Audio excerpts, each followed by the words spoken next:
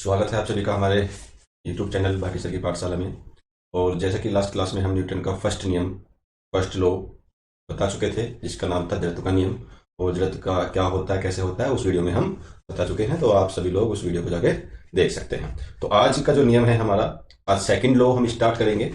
ठीक है, लेकिन सेकेंड लॉ को जानने से पहले हमें जानना होगा कि मोमेंटम क्या होता है, संवेग क्या होता है। ठीक है, कि बिना संवेग के सेकंड लॉ पूरा नहीं होगा। तो सभी को ये पता होना चाहिए कि संवेग क्या होता है। ठीक है, तो संवेग क्या है, देखो बात समझे। मोमेंटम, तो संवेग आपका जो होता है वो गुणनफल होता है किसका, किसी भी बॉडी के द्रव्यमान का और उसमें मिले वेलोसिटी का।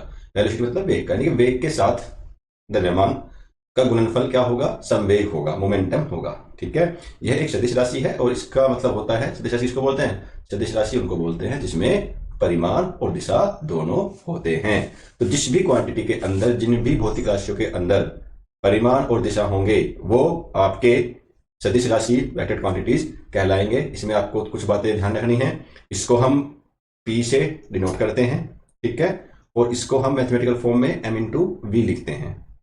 ठीक है, तो इसका जो यूनिट है, यूनिट क्या होगी मैं बता देता हूं अभी। m की होती है केजी, वेलोसिटी की होती है मीटर पर सेकंड, तो इसकी ये यूनिट होगी। और डायमेंशन निकालनी मैंने सिखा रखी है, क्या निकलेगी, मास की होती है m और इसकी होती है LT-1। तो ये दो तीन बातें इसमें ध्यान रखेंगे। यहां से क्वेश्चन पूछा जाता है। Second law is a very very important law. वहां से न्यूमेरिकल भी आते हैं ग्रुप डी के अंदर और एक क्वेश्चन बनता है बढ़िया। ठीक है, तो इसको ध्यान से समझेंगे। ठीक है, तो आगे चलते कुछ और बातें लिखी हुई हैं, इसमें बातें हैं संवेग के बारे में कि संवेग एक संरक्षित राशि है। ठीक है, यानी कि उसका कुल संवेग स्थिर रहेगा। बात इसको ऐसे समझें कि जैसे मान लें संवेग संरक्षित मतलब कंजर्वेटिव, कंजर्वेटिव यानी कि कुल टोटल पी जो होगा वो कांस्टेंट होगा। इसको ऐसे मान के चलते हैं, जैसे मैं बता दूं आपको। मान के चलो कि आपके पास एक गेट है, ठीक है, ये गेट आपका है और इसको यहाँ पे स्थिर है, तो इसके पास इनिशियल यानी प्रारंभिक वेग यू है। अब कोई आया, किसी ने इसको ओपन कर दिया, ओपन कर दिया तो इसके पास एक दूसरा वेग आ गया जिसका नाम है वी। ठीक है, तो प्रारंभिक वेग, तो प्रारंभिक वेग माना कि पी आई, ये प्रारंभिक वेग है। दूसरा पी वी, ये अंतिम वेग है। लेकिन इनका जो टोटल वेग हुआ, देखो ये बदलेगा, ये भी बदलेगा, ये भी बदलेगा, लेकिन वस्तु का जो टोटल वेग होगा, जो परिणामी वेग होगा, वो हमेशा कांस्टेंट रहेगा। ये बात ध्यान रखनी है। क्वेश्चन ऐसे पूछा जाता है कि बताइए प्रारंभिक वेग, प्रारंभिक संवेग और अंतिम संवेग दोनों कंजर्वेटिव होते हैं, संरक्षित होते हैं, या कुल संवेग संरक्षित होता है। तो आपने क्वेश्चन की वर्डिंग पर ध्यान देना है, कुल संवेग संरक्षित होता है। ठीक है, संवेग और वेग दोनों एक ही दिशा में होते हैं। तो क्वेश्चन यहां से भी बनता है कि बताइए संवेग और वेग की दिशा कैसी होती है। तो संवेग और वेग की दिशा एक ही होती है। मीन्स कहने का यह है कि जिस दिशा में वेग लग रहा होगा उसी दिशा में संवेग आपको मिलेगा। ठीक है, तो संवेग क्या होता है, संवेग ये होता है कि वह हमें बताता है कि किसी भी वस्तु को, अगर चलती हुई वस्तु है तो उसको रोकना कितना मुश्किल है। क्यों भाई, क्योंकि उसके अंदर वेलोसिटी है, भागी भी आ रही है, भाई भागी भी आ रही है ना, ये भागी भी आ रही है, और वस्तु में मास तो है ही, तो उसको कितने फोर्स देना पड़ेगा उसको रोकने के लिए। ठीक है, तो क्वेश्चन ये बनता है कि संवेग हमें क्या बताता है, संवेग हमें बताता है कि कोई वस्तु, किसी को रोकना कितना मुश्किल होगा। सड़क पे चलती कार के पास संवेग होता है, फुटबॉल पर गेंद किया जाता है तो संवेग प्राप्त करती है। इसको ऐसे मान के चले, भाई सड़क पे चलती हुई कार है, एक कार है वो चल रही है सड़क पर, तो वेलोसिटी उसके अंदर है ही, मास कार का होता ही है, तो उसके पास संवेग होता है। एक फुटबॉल रखी हुई है, स्थिर अवस्था में, रेस्ट में है, तो कोई वेलोसिटी नहीं है, तो कोई वेलोसिटी नहीं है मतलब कोई संवेग नहीं है, तो उसे हमें किक करना पड़ेगा। तो किक किया तो उसने संवेग प्राप्त कर लिया।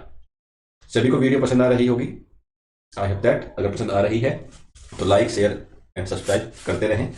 ठीक है, तो नेक्स्ट पॉइंट कहता है कि तरल का संवेग फ्लक्स धारा की दिशा के निर्धारण में अहम भूमिका निभाता है। मतलब क्या है, तरल, तरल का मतलब फ्लूइड से हो जाता है, फ्लूइड मतलब लिक्विड से हो जाता है। तो संवेग फ्लक्स धारा की दिशा यानी संवेग की जो धारा होगी, यानी जिधर की तरफ वो बह रहा है, ठीक है, जिधर की तरफ वो बह रहा है, तो किस दिशा में बह रही है उसकी दिशा को पता करने के लिए भी हम संवेग का यूज करते हैं।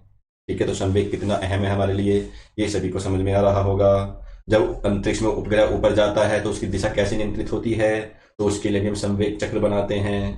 मोस्ट इंपोर्टेंट पॉइंट है ये, आने के प्रबल चांस होते हैं। कि जब उपग्रह, अंतरिक्ष या सैटेलाइट कोई होती है या हवाई जहाज होता है, सब ऊपर जाते हैं, उसकी दिशा को हम कैसे कंट्रोल करते हैं, तो हम वहां संवेग चक्र का ही इस्तेमाल करते हैं। कैसे? मान के चलो कि ये एक संवेग चक्र है, ठीक है। अब इसमें क्या क्या होगा, अब इसमें क्या क्या होगा, जब ये कोई घूम रहा है तो इसकी वेलोसिटी इधर की तरफ होगी, फिर इधर की तरफ होगी, फिर इधर की तरफ होगी। तो जिस दिशा में वेलोसिटी होगी तो वो उसको बता देगा कि भाई किस दिशा के अंदर संवेग हमारा जा रहा है। इसी को संवेग चक्र बोला जाता है। टेलीकम्युनिकेशन में भी इसका यूज होता है, डेटा सिग्नल से अनचाहे शोर को हटाने की मदद करता है। अब बताओ भाई, संवेग फिल्टर काम भी करता है, सुना है कभी? नहीं सुना होगा ना, आज सुन लिया।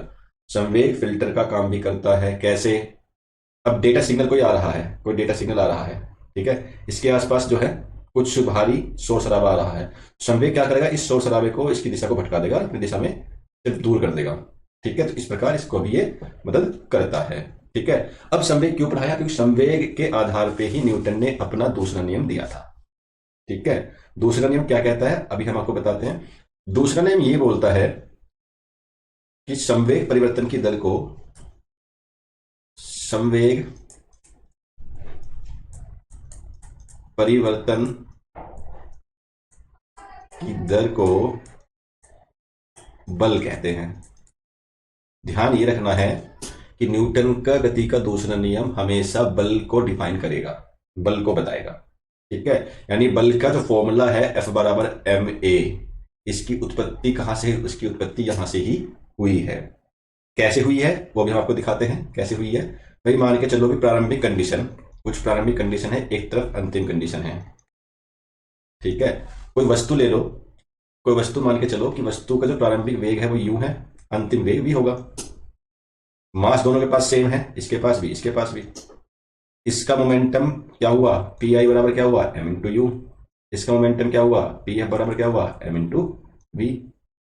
दोनों में change delta p, p f minus p i, तो क्या हो जाएगा, m common, v minus u हो जाएगा। इस क्लियर? और सेकंड लॉ क्या कहता है? सेकंड लॉ ये कहता है कि जो फोर्स होता है वो डायरेक्टली प्रोपोर्शनल होता है इसके संवेग में परिवर्तन की दर के। और जब भी दर का नाम आएगा तो ये देखना कि नीचे टाइम आ रहा होगा। जब भी किसी भी क्वांटिटी को टाइम से डिवाइड करते हैं तो उसके साथ जुड़ जाता है दर। दर मतलब द रेट। सुना होगा आपकी छोटी क्लासों में, जब आप जो है मैथ के अंदर ब्याज की क्वेश्चन करते हो तो कहते हो ना कि किस रेट पर लिया, किस दर पर आपने लोन लिया, या किस दर पे आपको चुकाना है, तो ये दर वही है, ठीक है। तो अब बताओ चेंज कितना आया? चेंज आया आपका m into v minus u, और नीचे है टाइम। हम क्या जानते हैं? हम जानते हैं, क्या जानते हैं? हम जानते हैं कि a बराबर, यानी एक्सेलेरेशन बराबर क्या होता है, v इंटू यू अपॉन में टी, यानी कि वेग परिवर्तन की दर। तो ये कंप्लीटली क्या बन गया, ये कंप्लीटली क्या बन गया, ये बन गया आपका a। अगर ये a बन गया तो f बराबर क्या हो गया, m इंटू a। इस प्रकार से इस बल की उत्पत्ति होती है, न्यूटन ने इसको बताया था। अब इसमें क्या क्या बात खास रहने वाली है जरा वो देखते हैं, ठीक है। इसको हम इसी के अकॉर्डिंग लिख सकते हैं कि जो वस्तु पर लगाया गया बल है वो वस्तु के त्वरण और द्रव्यमान के गुणनफल के बराबर होता है, ठीक है। मात्रक इसकी जो यूनिट है वो होती है न्यूटन। क्या होती है? न्यूटन होती है, ठीक है। जब भी कहीं पर कैपिटल अगर फुल नेम लिखा आता है तो स्मॉल शुरू करेंगे, और शॉर्ट में आता है तो कैपिटल एन लिखा होगा, ठीक है। इसका भी ध्यान रखना। अब ये क्या बताता है? ये बताता है कि जितना ज्यादा मास, अब बताओ मुझे इस फॉर्मूले के अकॉर्डिंग आप देख रहे होंगे दो तीन चीज इसमें और मैं बता देता हूं आपको कि ये फोर्स बराबर किसी वस्तु को लेते हैं फिक्स है, ठीक है। तो कोई वस्तु फिक्स है तो एम तो कांस्टेंट हो गया, या फोर्स हमने फिक्स कर दिया तो यहां पे पता लग रहा है कि ये इस टाइप से चल रहा है कि एम के व्युत्क्रमानुपाती है ए, ठीक है। तो इसको देखते हैं अभी। तो यहां पे जो देख रहे हैं आप, ये डायग्राम नीचे बना रखा है कि if you apply more force to an object it accelerate a higher rate. भाई अगर आप किसी भी ऑब्जेक्ट पे ज्यादा फोर्स लगाओगे तो ज्यादा त्वरित हो जाएगी। क्यों हो जाएगी? क्योंकि F directly proportional to A होता है, यानी कि मोर फोर्स, मोर मास, मोर एक्सेलरेशन, ठीक है। Speed increase faster, speed increase यानी कि नॉर्मल सी बात है, किसी भी ऑब्जेक्ट पे आप फोर्स लगाते हो तो फोर्स लगाने के साथ साथ क्या होगा, आप उसका एक्सेलरेशन बढ़ा रहे होते हो, उसका त्वरण बढ़ा रहे होते हो। जितना ज्यादा फोर्स लगाओगे उतना ज्यादा एक्सेलरेशन उसका बढ़ेगा। तो ये क्यों? क्योंकि फोर्स एक्सेलरेशन के क्या होता है, डायरेक्टली प्रोपोर्शनल होता है। अब यहां से क्वेश्चन बनता है कि क्या मास वेरिएबल हो सकता है? क्या मास वेरिएबल हो सकता है? तो बात सुनिए कि मास वेरिएबल हो सकता है, मतलब परिवर्तित हो सकता है। तो जब परिवर्तित हो, जब मास परिवर्तित हो, जब द्रव्यमान परिवर्तित हो, तब क्या होगा? तब F बराबर डी एम अपॉन में डी टी इंटू में ए होगा। ये ध्यान रखना। और ये कब होगा? ये आपका जब आप मेट्रो में जाते हो, ऊपर आपके एक्सीलेटर चलते हैं, इस टाइप से आती है ना सीढ़ियाँ, नीचे घूम कैसे आती है? ऐसे आती है। यहाँ इंसान खड़ा है, ये जा रही है ऊपर। तो इसमें क्या हो रहा था? इंसान आ रहे होते हैं, उतर रहे होते हैं, आ रहे होते हैं, उतर रहे होते हैं, आ रहे होते हैं, उतर रहे होते हैं। यानी कि मास द्रव्यमान जो है कंटिन्यूसली डिक्रीज और इंक्रीज हो रहा होता है, डिक्रीज और इंक्रीज हो रहा होता है, मतलब कि घट और बढ़ रहा होता है। तो मास भी आपका वेरिएबल हो सकता है, चेंजिंग कंडीशन में हो सकता है। एक कंडीशन जब एक्सीलेटर पे कोई व्यक्ति चढ़ता है, उतरता है। दूसरा, रॉकेट का परसेप्शन में, रॉकेट उड़ा देता है। रॉकेट में क्या होता है भाई? रॉकेट आपका इस टाइप का होता है, और रॉकेट का सारा जो काम होता है संवेग संरक्षण के नियम पर होता है, ध्यान रखना, ठीक है। तो जो फ्यूल होता है, अब फ्यूल तो बर्न कर रहा है, जब फ्यूल बर्न कर रहा है तो मास में अपने आप कमी होती जा रही है, तो मास चेंज होता जा रहा है, ठीक है। तो मास भी वेरिएबल हो सकता है। अब देखो, किसी वस्तु के संवेग में बदलाव की दर उस पर लगाए गए बल के समानुपाती होती है। हमने बताया अभी, जो फोर्स होता है बदलाव की दर है, डीपी अपॉन डी है। संवेग में बदलाव की दिशा बल की दिशा के समान होती है, दिशा दोनों की समान होती है। इधर की तरफ संवेग चेंज होगा, उधर की तरफ ही फोर्स लगेगा। लास्ट स्लाइड में दिखाया ना, फोर्स ऐसे लगा रहे हैं तो ये चल भी ऐसे ही रहा है। ऐसे तो नहीं है कि फोर्स ऐसे लगा रहे हैं चल इधर को रहा है, कभी नहीं हो सकता ना। हाँ। तो तीसरा क्या है कि किसी वस्तु का त्वरण उस पर लगाए गए कुल बल के सीधे अनुपातिक और उसके द्रव्यमान के व्युत्क्रमानुपातिक होता है। अभी बताया कि F बराबर ma होता है। तो F से A की बात करें तो डायरेक्टली प्रोपोर्शनल, इनकी बात करें तो ये क्या है? ये जो है आपका रेसिप्रोकल है, ठीक है। ये कुछ पॉइंट ध्यान रखने होते हैं। कभी कभी डायरेक्टली ऑब्जेक्टिव क्वेश्चन आ जाता है कि बताइए इनमें से कौन सा सही है, इनमें से कौन सा सही है। तो ये ऑप्शन ध्यान देने होते हैं, और ये जब पढ़े होते हैं तो दिमाग में तुरंत आते हैं, क्लिक नहीं करते हैं वहां पे। आपको सीधा सीधा पता होता है कि आपकी माँ होती है। आपकी माँ कौन है? ma, ठीक है। तो न्यूटन ने उसको बताया। अब देखो जैसे कि ये है, अब मास पे कैसे डिपेंड करते हैं भाई? अभी फॉर्मूला है F बराबर m इंटू ए, ठीक है। m इंटू ए है। अब यहां देखो, m के भी डायरेक्टली प्रोपोर्शनल है फोर्स, यानी कि जितना ज्यादा मास उतना ज्यादा फोर्स अप्लाई करना पड़ेगा। देखो, ज्यादा फोर्स है, मास है, ज्यादा फोर्स अप्लाई कर रहा है, ये तो चिंगार रहा है, ठीक है, जोर लगा रहा है। ये कम मास है, आराम से रोल कर रहा है। तो ध्यान ये रखना है कि फोर्स डायरेक्टली डिपेंड करता है द्रव्यमान के ऊपर, मास के ऊपर और उसके एक्सीलरेशन के ऊपर। अगर मास ज्यादा होगा तो फोर्स भी ज्यादा अप्लाई करना होगा, ठीक है। कुछ एग्जांपल देख लेते हैं इसके। तो कुछ एग्जांपल देखो, ये हैं जैसे कि बताए गए हैं। पुशिंग ए शॉपिंग कार्ट, भाई पुश करते हो किसी शॉप को, किसी शॉपिंग कार्ट को, तो फोर्स ही तो लगा रहे होते हो, धक्का दे रहे होते हो उसको। फोर्स लगा के हम कर क्या रहे होते हैं? ये बात ध्यान देखने वाली बात है कि फोर्स लगा के हम कर क्या रहे हैं। तो फोर्स लगा के हम उस वस्तु को एक्सेलरेट यानी त्वरित कर रहे हैं, ठीक है। किकिंग इज सॉकर बॉल, अब आप किसी बॉल को किक करते हो, फुटबॉल को लात मारते हो, कर क्या रहे होते हो? दो काम कर रहे होते हो। एक तो फोर्स लगा रहे हो। फोर्स कब लग रहा है? फोर्स तब लग रहा है जब आपने उस वस्तु के संवेग में परिवर्तन कर दिया, और ऐसा करने के लिए आपको कुछ समय देना होगा, क्योंकि समय किसी के लिए नहीं रुकता, समय बढ़ता रहता है, समय हमेशा चेंजेबल हो सकता है। जैसे ड्राइविंग एक कार कर रहे हैं, शूटिंग एक बास्केटबॉल कर रहे हैं, रॉकेट लॉन्चिंग रॉकेट कर रहे हैं, स्विमिंग एक गोल्फ क्लब, यानी कुछ भी कर रहे हैं, सबका हम मेन काम इसमें एक ही कर रहे हैं, सबका संवेग बदल रहे हैं, और संवेग बदलने में टाइम जा रहा है, और इन दोनों की रेशो ही क्या होता है? आपका फोर्स होता है, बल होता है। आई बात समझ में? तो फोर्स के बारे में कुछ और मैं बता दूंगा आपको। F बराबर ma फॉर्मूला है, न्यूटन इसकी यूनिट है, डायमेंशन इसकी mlt-2 है, ठीक है। अब देखो इस कुछ एग्जांपल और भी है कि क्रिकेट में गेंद पकड़ते समय धीरे धीरे पीछे खींचना, हाथ धीरे पीछे खींचते, आप पता है ना, आप क्रिकेट में कैच बहुत करते हो, किसी बॉल आ रही तो ऐसे करते हो, ऐसे करते हो, ऐसे करते हो, ऐसे करते हो। क्यों भाई, क्यों करते हैं ऐसे?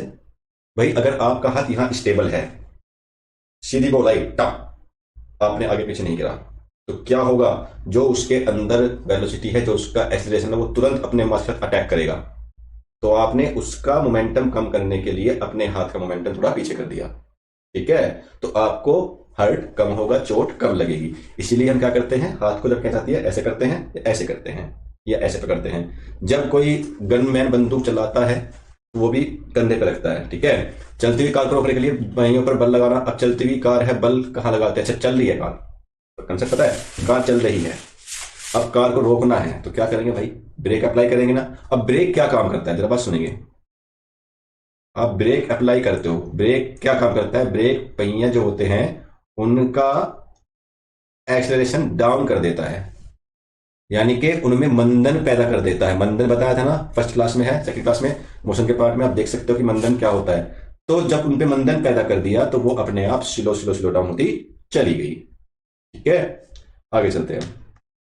तो कुछ यहां तक हमारा कंसेप्ट था सेकंड नियम का। अब इसके आधार पे जैसे कि हम कह रहे थे कि क्वेश्चंस लेके आएंगे कि कैसे यूज करना है और कैसे करना है, तो अब थोड़े से हम क्वेश्चन कर लेते हैं। उससे पहले अगर वीडियो पसंद आ रही है तो प्लीज थम्स अप, एक लाइक ठोक दें और वीडियो को शेयर और सब्सक्राइब जरूर कर दें। तो पहला क्वेश्चन ये कहता है कि न्यूटन का द्वितीय नियम क्या दर्शाता है। द्वितीय नियम क्या होता है, एफ बराबर एम ए।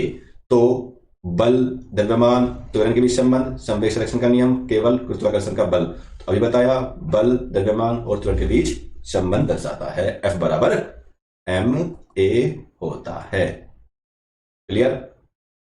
सेकंड क्वेश्चन में कहा गया है इन्यूटन के दूसरे के नियम के अनुसार बल का सूत्र क्या होगा। अभी बताया भाई क्या होता है, एफ बराबर एम ए। नॉर्मल से क्वेश्चन है और इसी लेवल के क्वेश्चन आपको एग्जाम में मिलेंगे डीके में। अब जैसे इस टाइप के क्वेश्चन ये सीधे सीधे आते हैं, सीधे सीधे न्यूमेरिकल आते हैं। बस क्या कि हमारी प्रैक्टिस नहीं होती है तो थोड़ा सा समस्या आती है करने में। अब क्या कह रखा है, किसी वस्तु का द्रव्यमान। देखो इस टाइप का क्वेश्चन जब भी आएगा तो करना क्या है, पहले आपको लिखना है कि क्या दिया गया है, गिवन क्या है। ठीक है, तो गिवन में क्या है, द्रव्यमान यानी कि मास एम दे रखा है 2 kg, उस पर 10 न्यूटन का बल लगा है, एफ दे रखा है 10 न्यूटन। तो त्वरण कितना होगा, त्वरण कितना हो तो भैया हमें पता तो है, क्या पता है, एफ बराबर एम इंटू ए होता है। 10 दिया हुआ है, 2 दिया हुआ है, ए निकाल दो, 2 पंजे 10, तो क्या आ गया 5 मीटर पर सेकंड स्क्वायर। सिंपल सा क्वेश्चन था ना। चलो आगे देखते हैं। यदि बल स्थिर रखा जाए, द्रव्यमान को दोगुना कर दिया जाए, बहुत ही इंपॉर्टेंट क्वेश्चन भाई, कई बार इस टाइप के क्वेश्चन एग्जाम में आए हुए हैं, थोड़ा दिमाग लगाना पड़ता है बस। यदि बल को स्थिर रख दिया गया, बल एफ बराबर हमारा स्थिर यानी कांस्टेंट हो गया, नॉट चेंजेबल, द्रव्यमान को दोगुना कर दिया जाए तो त्वरण पर क्या प्रभाव पड़ेगा। जब ये कांस्टेंट है, हमने बताया कि यदि कांस्टेंट हो जाएगा तो ए बराबर 1/m हो जाएगा, यानी ए रेसिप्रोकल एम के हो जाएगा। तो ये ऐसे खुलेगा, A1/A2 इजिकल टू उल्टा है तो M2/M1। अब जरा देखो A1 पे क्या प्रभाव पड़ेगा, तो हमें A1 तो ए रख ले, A2 निकालना है, M जो है हमने मास कर दुगना, तो M2 हमने कर दिया 2m, और सिंपल हमारा ये M है, ये इससे कटा, ये इससे कटा, तो A2 की वैल्यू क्या हो जाएगी, तो भाई ये आ जाएगा A इजिकल टू 2A2, और A2 बन जाएगा हमारा A/2, यानी कि पहले का आधा हो जाएगा। क्लियर। अच्छा क्वेश्चन था, इस टाइप क्वेश्चन एग्जाम में आने की उम्मीद होती है। ठीक है, नेक्स्ट क्वेश्चन कहा गया है न्यूटन का द्वितीय नियम किस भौतिक परिमाण की परिभाषा देता है, बताओ किसकी देता है। जड़त्व, संवेग, बल, वेग, परिभाषा किसकी देता है। जड़त्व का नियम फर्स्ट लॉ देता है, सेकंड नियम संवेग को नहीं बताता, बल को बताता है। कंफ्यूजन कर दिया होगा कि संवेग उसमें आ रहा है, संवेग को बताएगा, नहीं भाई बल को बताएगा। ठीक है, लास्ट थर्ड क्वेश्चन ये है, यदि किसी वस्तु पर कोई भारी बल कार्य नहीं कर रहा, यदि भारी बल कोई कार्य नहीं कर रहा, तो न्यूटन के द्वितीय नियम के अनुसार वह वस्तु त्वरित होगी, स्थिर रहेगी, समान वेग से चलती रहेगी, गिर जाएगी, दिशा बदल जाएगी। भाई एक बार बताओ यार, एक चीज रखी है, हम इस पे बल लगा रहे हैं तो रखी रहेगा, तो उस पर क्या फर्क पड़ रहा है, कुछ फर्क पड़ रहा है, कुछ फर्क नहीं पड़ता, तो कौन सा हो गया भाई, अपनी जगह स्थिर रहेगी। ठीक है, किसी वस्तु का संवेग किसके बराबर होता है, पी बराबर, फॉर्मूला बताया था मैंने अभी, पी बराबर क्या होता है, एम इंटू वी। कौन सा है, दैट्स करेक्ट। ठीक है, निम्नलिखित में से कौन सा न्यूटन के द्वितीय नियम का अनुप्रयोग है, द्वितीय नियम का अनुप्रयोग है, बताओ भाई कौन सा है। रॉकेट का प्रशिक्षण, बस के अचानक रुकने पर यात्री का आगे झुक जाना, नहीं जड़त्व का है। सिक्के को टेबल से, नहीं ये भी जड़त्व का है। किसी वस्तु का गुरुत्वाकर्षण बल के कारण नीचे गिर जाना, नहीं। तो कौन सा है, रॉकेट का प्रशिक्षण। अभी बताया, बहुत ही इंपॉर्टेंट क्वेश्चन है।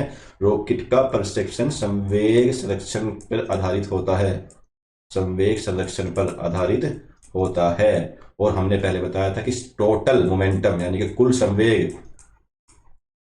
संवेग संरक्षित होता है। चेंज क्या होता है, प्रारंभिक से अंतिम वाला होता है। ठीक है, नेक्स्ट क्वेश्चन कहा गया न्यूटन बल का मान क्या होता है, एक न्यूटन बल का मान क्या होता है। भैया बढ़िया क्वेश्चन है। अब मुझे बताओ क्या होगा भाई, एफ बराबर एम इंटू ए, ए का यूनिट मीटर पर सेकंड स्क्वायर, इसको मैंने 1 मान लिया, एम मैंने 1 केजी ले लिया, तो क्या बन गया 1 इंटू 1 केजी मीटर सेकंड पर सेकंड स्क्वायर। तो क्या आंसर है इसका ऑप्शन ए। ठीक है, तो आज के लिए इतने ही क्वेश्चन